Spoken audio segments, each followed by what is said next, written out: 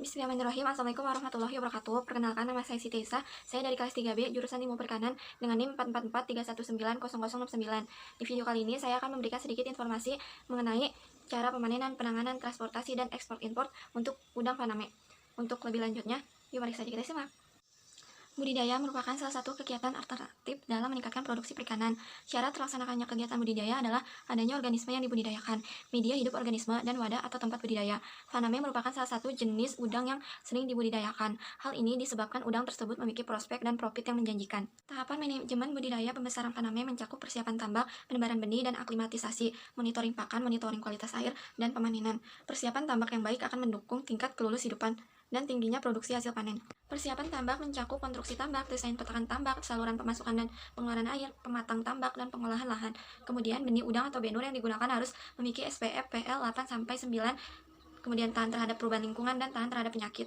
Ciri benih udang yang bagus diantaranya ukuran benih seragam, panjang benih lebih dari 6 mm, aktif berenang secara menyebar dan melawan arus, tubuh berwarna bening, transparan, serta terbebas dari infeksi virus dan bakteri.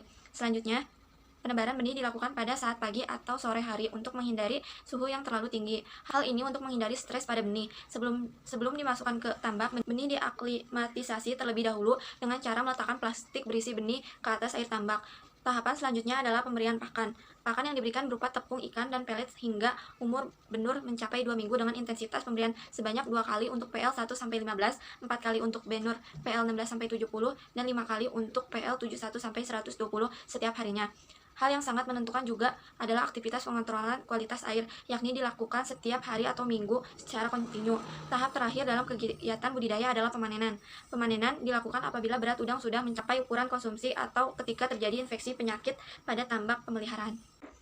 Proses pemanenan memerlukan waktu hingga 10-15 jam. Berikut aktivitasnya. Yang pertama itu ada tahap penentuan waktu panen. Waktu panen dilakukan setelah udang faname mencapai umur 3 bulan. Yang kedua itu tahap mendata buruh harian. Setelah waktu panen ditentukan, data masyarakat sebagai buruh harian yang akan mengikuti kegiatan panen. Yang ketiga itu tahap pengaturan air kolam. Dilakukan dengan membuang sebagian air kolam, tinggi air harus mencapai 60 cm.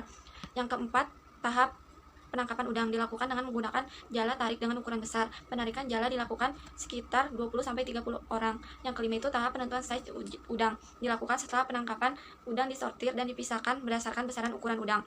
Yang keenam itu tahap pengemasan udang. Dilakukan setelah proses penentuan size untuk dikemas pada bak-bak yang sudah disediakan es. Meningkatnya populasi penduduk dunia akan meningkatkan eksploitasi sumber daya alam, di antaranya untuk pemenuhan bahan pangan. Udang dan produk perikanan lainnya berpotensi menjadi sumber bahan pangan karena memiliki nilai protein tinggi, mikronutrien penting untuk kesehatan manusia. Menurunnya hasil perikanan tangkap akibat overfishing dan pembatasan tangkapan lestari mengkondisikan sektor perikanan budidaya tumbuh agresif dengan pertumbuhan rata-rata 8,8% per tahun sejak tahun 1980. Produksi perikanan budidaya dari jenis krustasea, jenis udang-udangan pada tahun 2010 terdiri dari 29,4% pada perairan tawar dan 10,6% dari perairan laut. Produksi komoditi spesies air laut dikombinasi oleh udang faname atau Lithopenaeus fanamei. 77% diantaranya diproduksi negara-negara Asia termasuk Indonesia.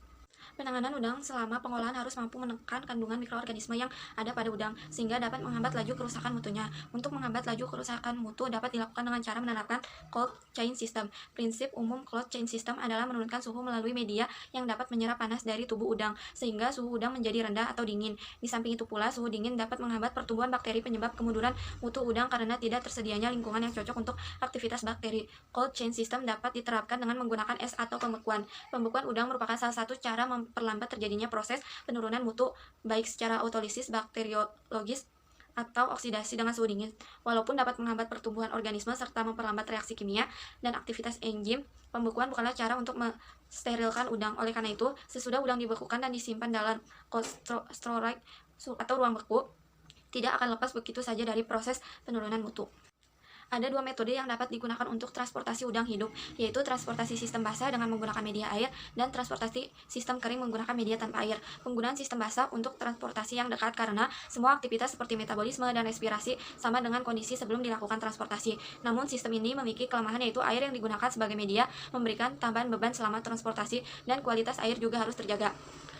Berbeda halnya dengan transportasi sistem kering. Sistem ini tidak menggunakan media air sehingga lebih mudah, ekonomis, dan tanpa harus menjaga kualitas airnya serta merupakan alternatif yang paling baik untuk digunakan terutama untuk kegiatan ekspor dibandingkan dengan transportasi sistem basah. Transportasi sistem kering pada umumnya menggunakan prinsip hibernasi, yaitu menekan metabolisme organisme dalam kondisi lingkungan yang minimum sehingga organisme tersebut mampu bertahan. Salah satu faktor yang sangat mempengaruhi keberhasilan transportasi udang adalah bahan pengisi. Fungsi utama bahan pengisi adalah untuk mencegah agar produk tidak bergeser dalam kemasan, menjaga lingkungan suhu rendah agar produk tetap pingsan atau imotil, dan menciptakan lingkungan udara yang memadai untuk kelangsungan hidup produk. Bahan pengisi yang biasanya digunakan adalah serbuk gergaji, spon basah, jerami, dan sabuk kelapa. Bahan-bahan ini dipilih karena memiliki kemampuan dalam menyerap air dan mempertahankan suhu dingin lebih lama sehingga udang tetap dalam keadaan imotil. Transaksi perdagangan udang di negara Kanada dapat dikatakan hampir berimbang antara suplai maupun permintaannya. Selain untuk konsumsi dalam negara yang tinggi, ekspor udang dari Kanada ke dunia juga tinggi selama periode 2012 sampai 2015. Rata-rata senilai USD 22.798.742.000.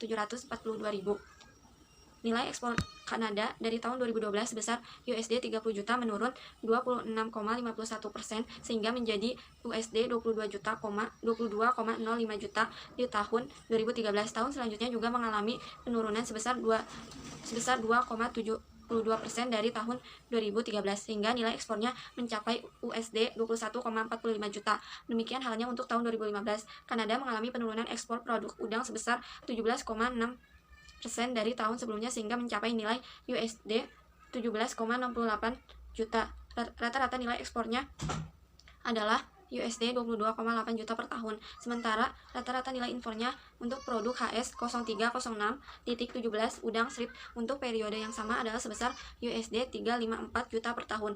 Peluang pasar produk ini di Kanada sangat besar, namun berdasarkan data statistik Kanada, share nilai impor untuk udang dari Indonesia ternyata masih sangat kecil, yaitu rata-rata 3,35% per tahun, sehingga masih berpeluang untuk diperluas dan ditingkatkan lagi pangsa pasarnya. Nah, mungkin itu saja yang bisa saya sampaikan. Kurang lebihnya mohon maaf. Wassalamualaikum warahmatullahi wabarakatuh. Dadah.